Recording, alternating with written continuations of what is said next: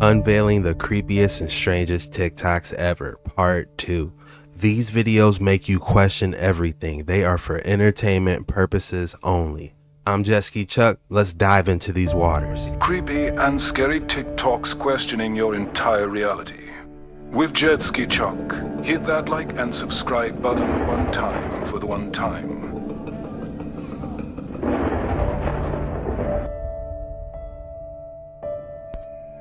Charging the ether. This building's getting charged up. Where is this? What's going on, everybody? It's your boy Jet Chuck back with another creepy and scary TikTok reaction video. If you haven't already, hit that like and subscribe button. Today we're diving deep on the Mercury rectifiers, the ancient Tartarian tech. Without further ado, let's get into it.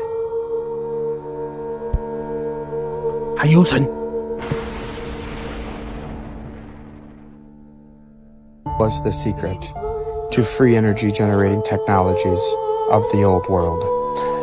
This is in part one of the many reasons why Mercury has been vilified in the mainstream. It is why there has been many pools of Mercury found underneath pyramids like the Feathered Serpent Pyramid and much more. History is nothing more than a set of lies agreed upon, and their lies like to keep us held back.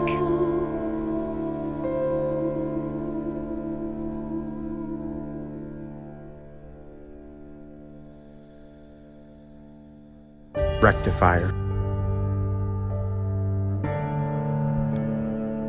For entertainment purposes only, the Mercury arc rectifier is the key ingredient for free energy. Why haven't we heard about this? Why haven't this been taught once in any science class? Mercury arc rectifier. If we think about how energy companies run now, they want everything to be through them. There is no middleman. You must go through them. What if everyone can generate their own energy? Go ahead and tell the good people about this Mercury rectifier, Alfred.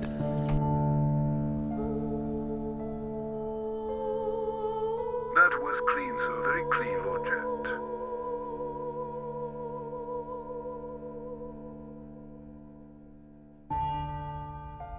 Very well then, sir.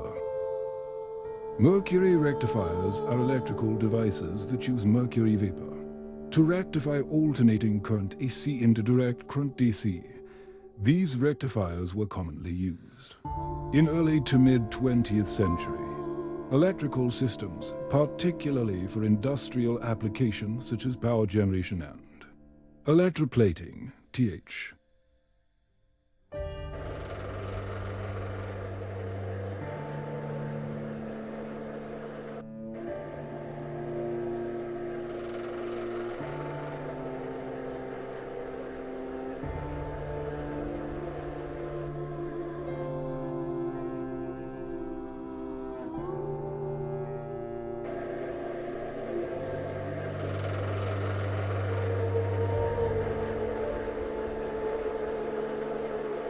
Save so much money. Imagine everything. Wow, look at the technology. We've been lied to. It's just so fascinating to think that vehicles were powered by Mercury rectifiers. I mean, it even looks cool. Who wants to go to the gas station and spend all that money? I'd rather just slap on some Mercury rectifiers and get moving. Who knows what type of vehicles these things could possibly power and where they're at now? Where do you think they're at now? And what type of vehicles do you think they were capable of powering with these Mercury rectifiers? Drop it in the comments below what you think they could possibly power with the Mercury rectifiers. It seems to be the main ingredient. It reminds me of that Terminator in Matrix. Every time I see Mercury, it reminds me of that, the robot they were fighting on Terminator, how that dude can go through walls and whatnot. That's what it reminds me of, Mercury.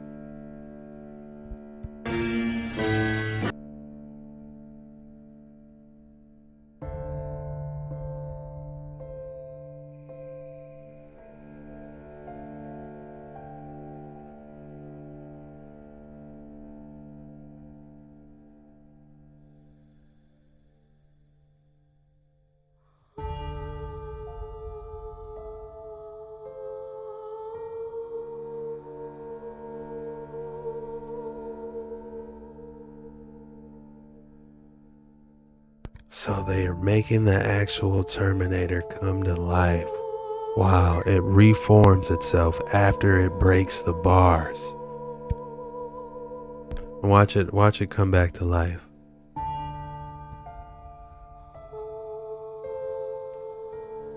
That's nuts.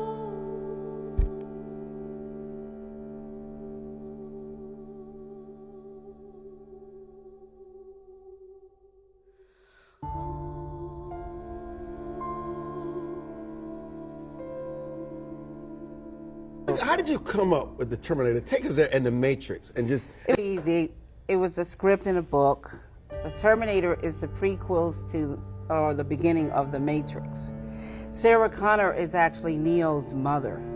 So JC, John Connors, Jesus Christ, grows up to be Neo, one and the same in the Matrix. The Matrix is in the future. The Terminator is the past. It's time travel, past, present, and future time travel. It's the second coming of the Christ, the evolutions of consciousness, man versus the machine.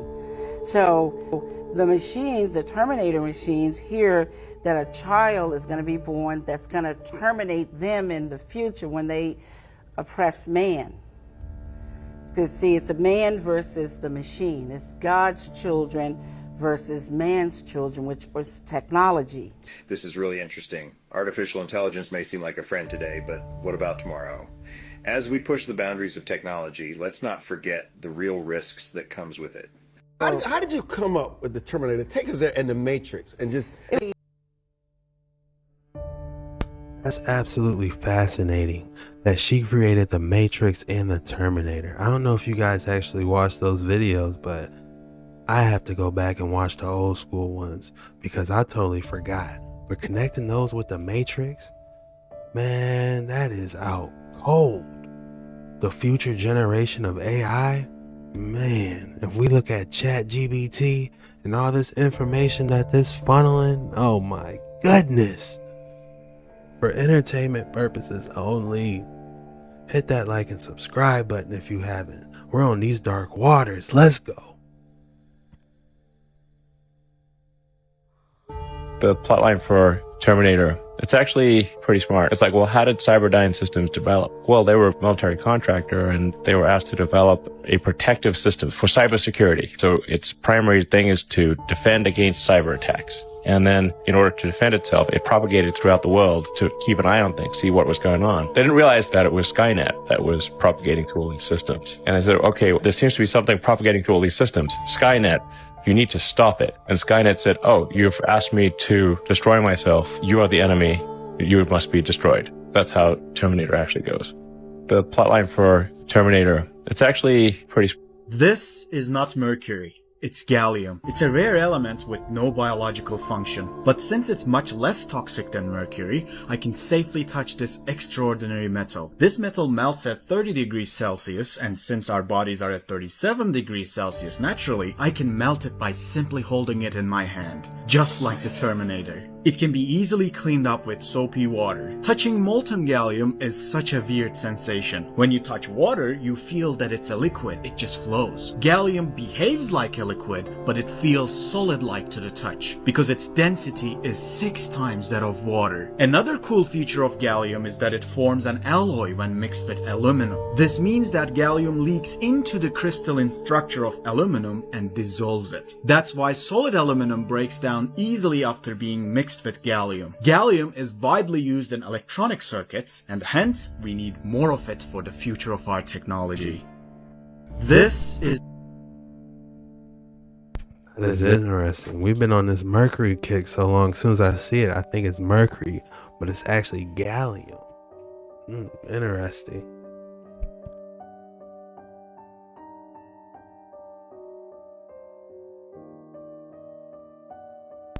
This is what happens when you put mercury in gold.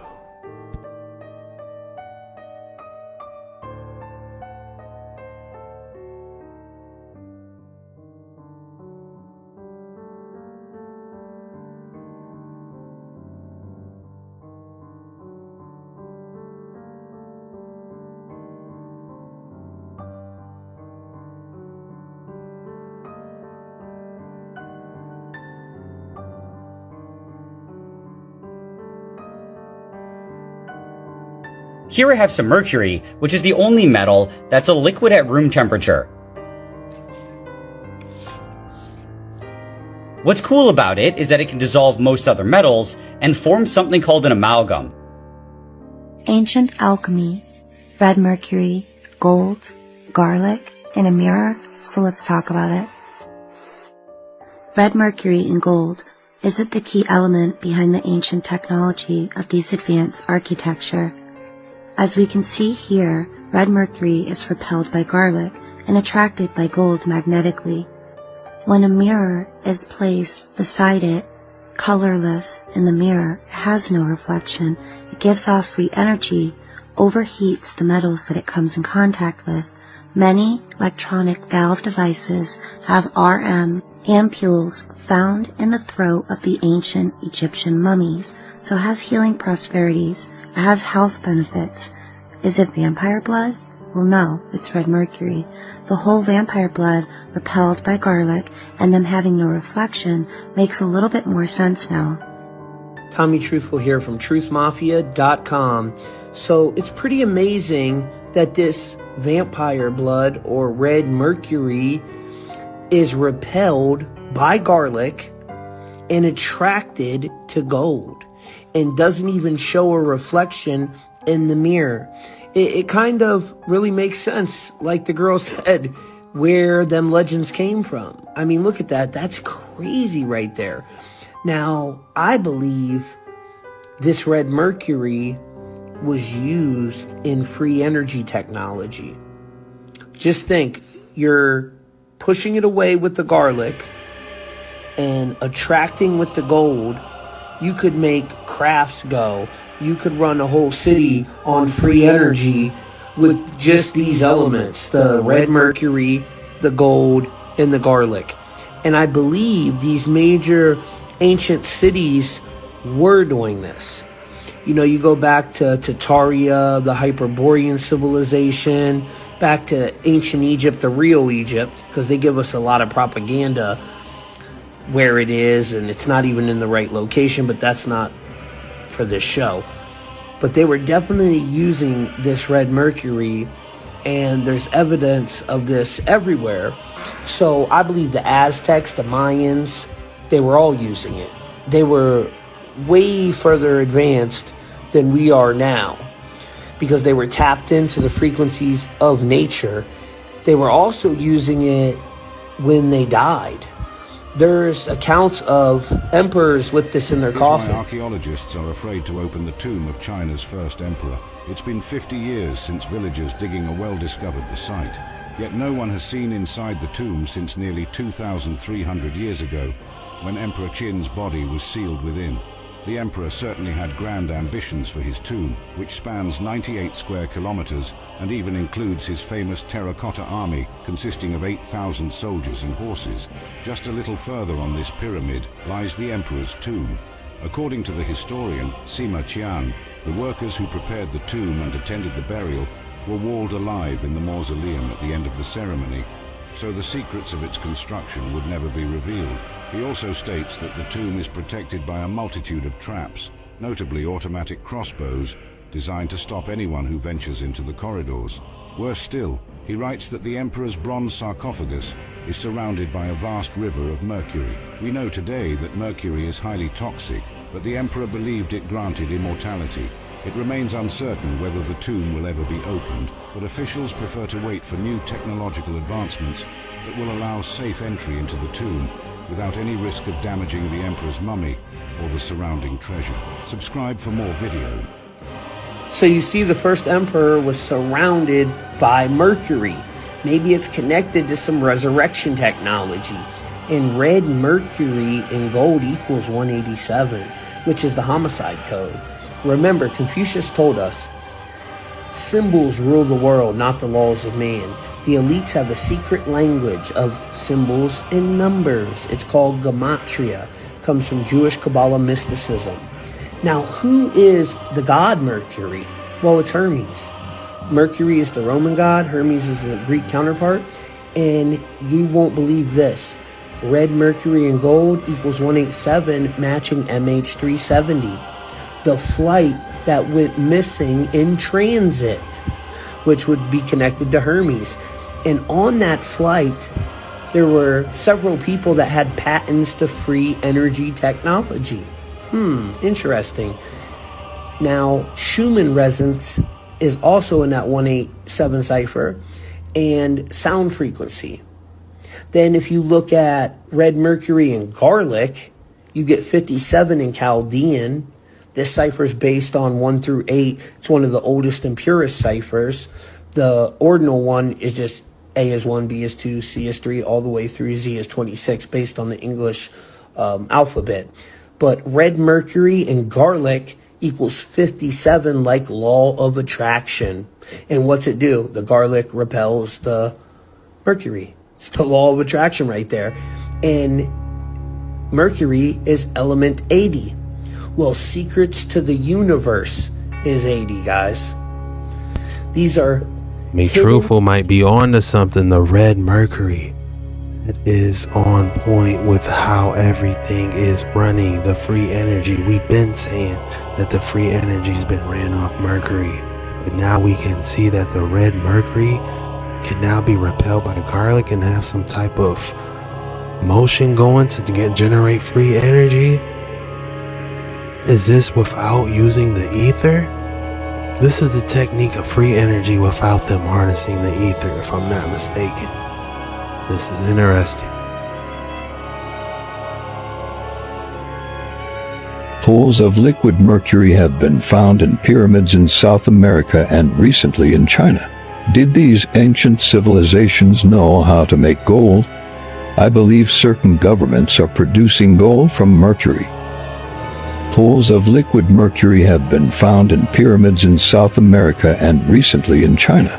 Did these ancient civilizations know how to make gold? I believe certain governments are producing gold from mercury. Pools of liquid mercury have been found in pyramids in South America and recently in China. Did these ancient civilizations know how to make gold? I believe certain governments are producing gold from mercury. Pools of liquid mercury have been found in pyramids in South America and recently in China.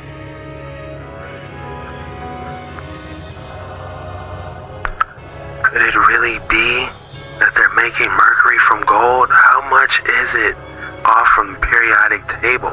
Is mercury from gold actually? Oh no, the pieces are adding up. Hit that like and subscribe button if you haven't already. We are on these dark waters. They were using mercury to make gold for entertainment purposes only. The Egyptians, all the ancient technologies. How do you think they had a gold covered pyramid in the first place? They weren't mining it. They were using alchemy to make gold from the mercury. That's why mercury was so important. For entertainment purposes only. Don't come for me. Why do archaeologists keep finding giant pools of mercury beneath ancient pyramids? Everywhere from Egypt, Mexico, and China. If you dig under an ancient pyramid, you typically find a giant pool of mercury, sometimes rivers of mercury. Mercury has endless applications in the field of energy production. The dendrolites in Egypt seem to be showing what's called a mercury arc rectifier. Here we see a recreation of the dendrolites. Within the light, you even see the serpentine movement of the ionized plasma. So let's say they did have a mercury arc rectifier in ancient Egypt. What could they possibly be using it for? Did you know in the early 1900s they already had electric vehicles? This was before the petroleum industry took over everything. Some of these electric vehicles could go 100 miles on a single charge. And what do we see right here? Wait for it, there. That would be a mercury arc rectifier. I'm becoming more and more convinced every day the ancients had electricity.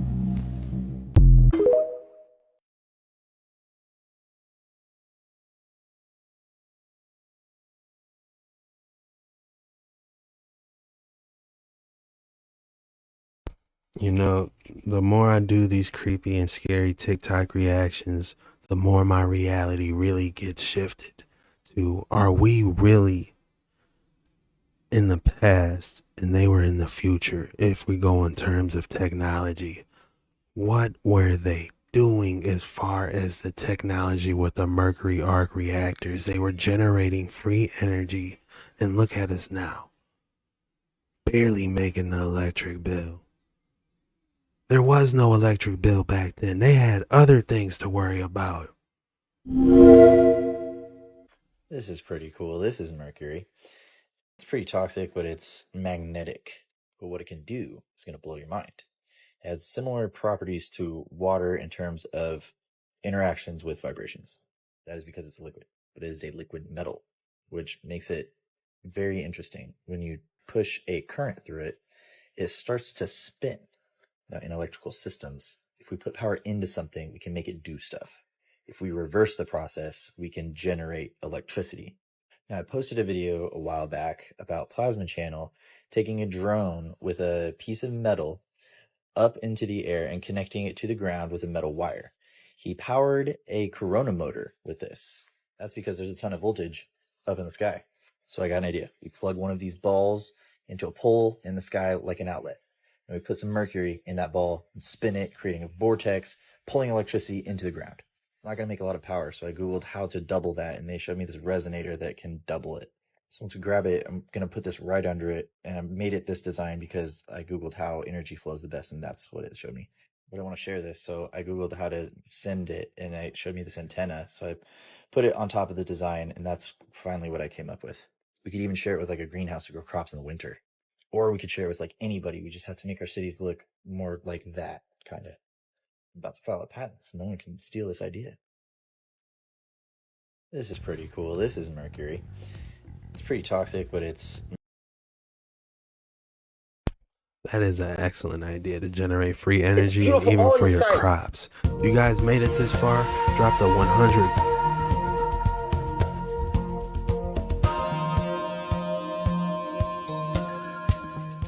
It's a mercury arc rectifier. And it's connected, and it's DC 120 to 20 plus 40 amps and AC 30 120. Glows blue greenish. It's beautiful all inside. They still use those things for the subway in New York in some places to make the AC current into DC current. It's DC voltage. And the way it was done is that you had the AC coming in on each of the sides, and the DC would come out on the top. And this would start the actual reaction. So in fact, it's backward. It's supposed to be on the other side. When you hold it upside down? Yeah, turn it upside down. Just be careful not to drop it. Just go slowly so the mercury doesn't slam in it. Okay, okay, see that? Okay, let it go like that. You see, this is the starting electrode. And you start the arc inside, and then after that, it's a little bit like a mercury discharge lamp. And when the glue discharge start, then you could put the AC in, and the DC would come out at the end. Slowly in the middle there. Yeah. This side or the other way? Like that. No, like that. Perfect. Now you see the way it fits? Yep. Bring at the bottom there. Okay. Okay. And at the time to take any... It was there because DC is there. And it says probably was hooked up to one of those. So now, it was charging that machine in DC current? Yeah, because DC is batteries. Because of batteries, right, of course, yeah. This was what is the diode today? This was the ancestor of the diode with the rectifier. The rectifier, the whole time, there was only one way to do it, and it was with tubes. Today they do it with semiconductors. No, the same thing today could be replaced with a semiconductor about that big, about a couple of them, that's all. So this is basically how they were recharging their vehicles back in the day, using the mercury rectifiers. Free energy. So this is basically how they were charging their vehicles back in the day, with the mercury rectifiers. Free energy. This is it. This is a gem. They're showing us how they were doing it. Why is this the first time we've ever heard about this, is the question we need to be asking ourselves. And how come we haven't developed more on this? Mercury seems to be the secret ingredient. Seems to be the theme. But at the time, the only way to do it was with a mercury discharge lamp. that one is on a gimbal, okay? Okay, you see there? It's on gimbal, okay? So what they did, okay? You see in the front, if you, there's a knob there, okay? You see the knob? Yep. They turn it up, and what happened is that it short circuit the mercury. It bounced. It doesn't bounce, but it wiggles back and forth. I won't touch it too much, but it made the mercury contact there and created a short. And that short, when you came back, it would start the arc. And it's called the initiator striking electrode. And then after that, when the arc was started up, then the machine. This is why there was a lever on the top here that says start. It says starting switch, and there is the running switch. And those are some of those balls I use. I mean, some in power station they use them in an old-time power station. They had some made of glass that were almost like 3 or 4 feet in diameter, and I mean almost 6 or 7 feet high on a gimbal like that. But they would supply like megawatts of power. No? This is a small unit, exactly like that. This is the input. That's the input. Yeah, this is the power input there. And the DC was going, the DC is on this side. This is the male part of the connection to the baker's car, electric car, and you could see that's that how you would get your gas, basically. Positive terminal there, and the negative is in between that recess inside. And it was there for charging the batteries on the car. This is probably a choke, a reactor choke. Okay, this is the striking electrode. Okay, this is what's called a probe start. Okay, this is the DC stage output. AC one side and AC on the other side. Half wave AC, half wave AC on the other side. Running switch. This is running switch, starting switch. Limit current. That's a reactance choke? Yeah, to limit current. At the bottom. Yeah. Steve? It's a resistor grid, and I don't know if, because I'm trying, okay, there's a nameplate here, because I want to be gentle with it. I don't want to. See, there is a. That's a resistor grid. Yeah, and there is a rating on it, but I don't want to scratch it too much because it removes the importance of the part if you try to scratch it.